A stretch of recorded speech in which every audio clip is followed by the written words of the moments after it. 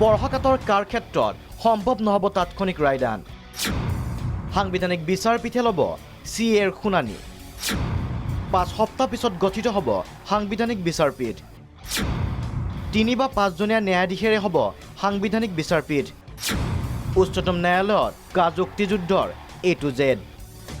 উচ্চতম ন্যায়ালয়ৰ 1 নং কোৰ্টত নাগৰিকত্ব সংশোধনী আইনৰ গুৰুত্বপূৰ্ণ শুনানি লৈ এই নিৰ্দেশ দিলে 3 জনীয়া বিচাৰপীঠে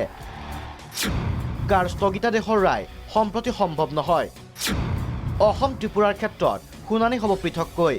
কা সম্পৰ্কীয় মুঠ 144খন আবেদনৰ বুধবাৰৰ এই শুনানিত এই দুটা গুৰুত্বপূৰ্ণ দিশ উল্লেখ কৰিলে উচ্চতম ন্যায়ালয়ে কেন্দ্ৰীয় চৰকাৰলৈ জাননী ন্যায়ালয়ৰ 4 সপ্তাহৰ ভিতৰত দাখিল কৰিব লাগিব উত্তৰ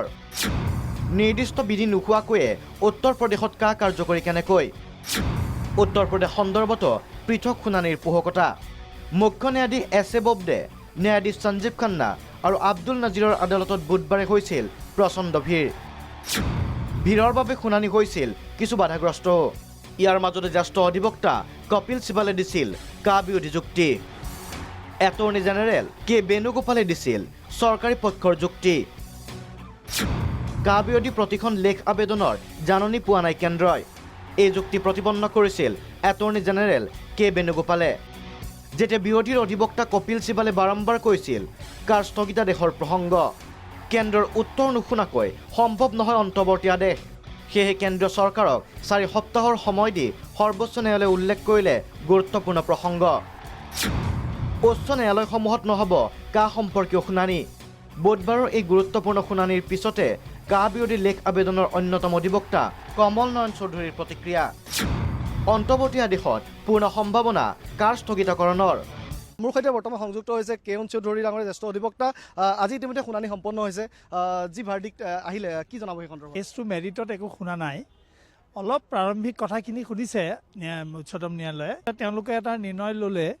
খুব সম্ভৱ বিষয়টো সাংবিধানিক পীঠলৈ দিব কেন্দ্ৰীয় চৰকাৰে আমাৰ যিটো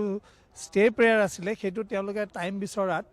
4 সপ্তাহ সময় দিলে তো আজি স্থিতি ক্লিয়াৰ হৈ গ'ল যে নেক্সট ডেটটো ইণ্টাৰিম অৰ্ডাৰৰ কাৰণে অৰ্থাৎ ষ্টে দিবনে নাই সেইটো নিৰ্ণয় কৰিব বিগত 11 ডিচেম্বৰত কেব গৃহীত হৈ কালৈ ৰূপান্তৰিত হোৱাৰ পিছতে অগ্নিগৰ্ভ হৈছিল অসম পশ্চিমবংগ দিল্লী উত্তৰ প্ৰদেশ কাৰ বিৰুদ্ধে কংগ্ৰেছ CPI CPM DMK মুছলিম লীগ আদিও দাখিল কৰিছিল লেখ আবেদন আছু নেছোৱাদিয়েও উচ্চতম ন্যায়ালয়ত দিছিল লেখ আবেদন সকলোৰে এতিয়া নজৰ পৰৱৰ্তী শুনানিলৈ ভিডিঅ' জাৰ্নেলিষ্ট মনীষৰ সৈতে দিল্লীৰ পৰা সৰস্বত গোস্বামী প্ৰাগ নিউজ